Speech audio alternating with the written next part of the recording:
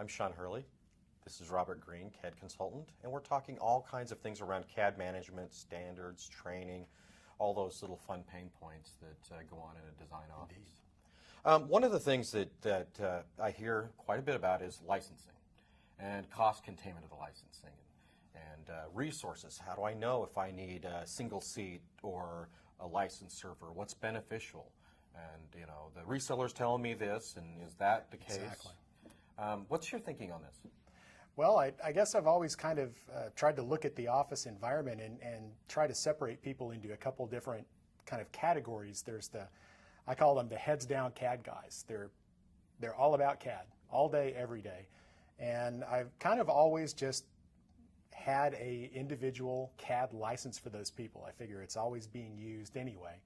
So there's no particular cost advantage to networking it. But I'm astounded how many companies buy so many copies of single-seat CAD tools for somebody who's really going to pull a drawing up and maybe change a piece of text 3 times a week.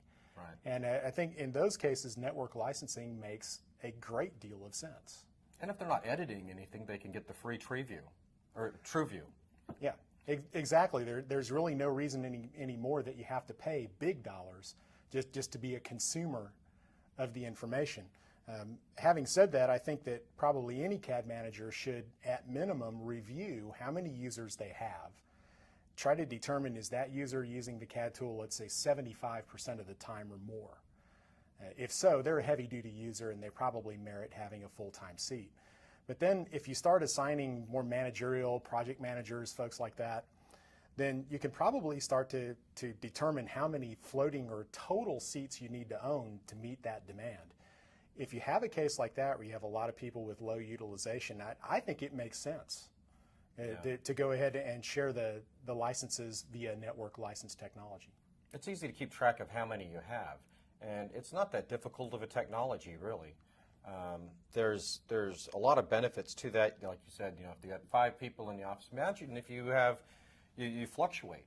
You know, and like you said, the people are changing, and between the projects, they're not using as much as the other guys. Maybe you have the people who do the foundations, they're using them heavy, and then it goes into the people that do the building electrical or something along that line. And there's some great resources on figuring out whether or not that server licensing versus standalone works for you. I mean, a couple of them would be if you go to AU Online or Augie, you can get the AU papers. Right. There's great classes that were done by Jerry Milana and Nate Bartley on that very subject.